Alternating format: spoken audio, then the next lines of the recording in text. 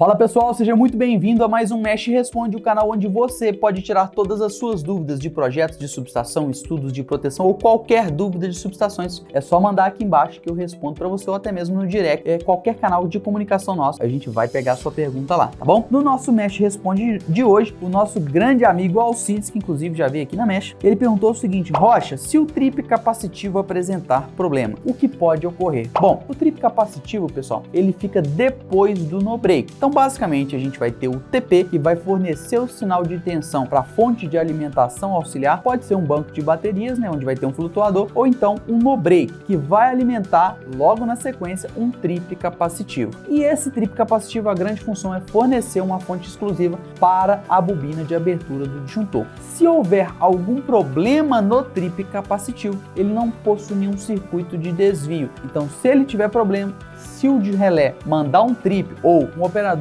mandar um sinal de abertura via botoeira ou via remoto, cujo contato esteja em série com esse trip capacitivo, o disjuntor simplesmente não vai abrir. Por isso que os trips capacitivos são montados com um botão na sua parte frontal, que é um botão chamado botão de teste. O que é esse botão de teste? Ele, na verdade, ele pega o circuito dos capacitores, que é onde armazena essa energia, e desvia para um circuito de LED com resistores, de forma que quando eu aperto o botão, ele vai desviar essa alimentação, ao invés de ir para a saída, vai para esse circuito de LED com resistores e aí vai acender, certificando que esse sistema está carregando e está descarregando. Outra forma também é verificar a tensão na saída desse trip capacitivo, que nada mais é que retifica e armazena nesses capacitores eletrolíticos. Então é muito importante fazer a verificação contínua da subestação, não só do trip, mas também do no break, que é um equipamento que sempre, corriqueiramente, ele dá problemas, desliga, o relé fica desligado, então a sua subestação está sem proteção. Então é muito importante que a manutenção vá pelo menos quinzenalmente na subestação, verificar se esses dispositivos estão funcionando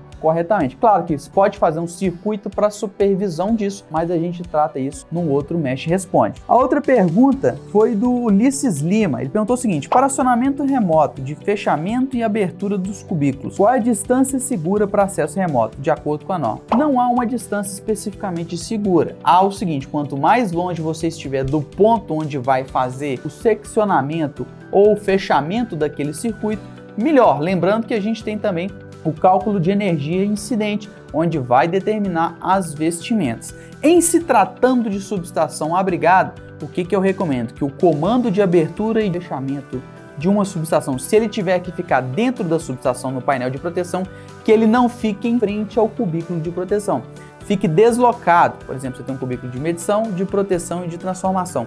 Que ele fique em frente ao cubículo que está mais próximo da saída, ou de transformação, ou o de proteção, perfeito? Então, deslocado da frente do cubículo, que aí você já reduz bastante o risco. Agora, o ideal mesmo é que esse acionamento fique do lado de fora da subestação, de forma que o disjuntor vai fazer o seu carregamento de mola, as pessoas todas vão evacuar o sistema de média tensão, aquele ambiente de média tensão, e do lado de fora da subestação vai ser feito o acionamento. E do lado de fora pode ter um pequeno quadro sinalizando a condição do status do disjuntor, se ele está aberto ou fechado, e os botões para poder fazer o acionamento. Então, dessa forma, eu acredito em subestações de média tensão, vai ser a forma mais interessante e mais segura para quem estiver operando aquele sistema, tá bom?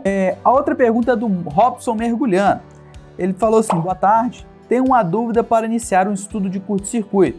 A concessionária não me fornece os valores de modo e ângulo. Como posso fazer? Bom, Rob, as concessionárias, elas vão te fornecer as informações de curto-circuito de algumas maneiras, tá?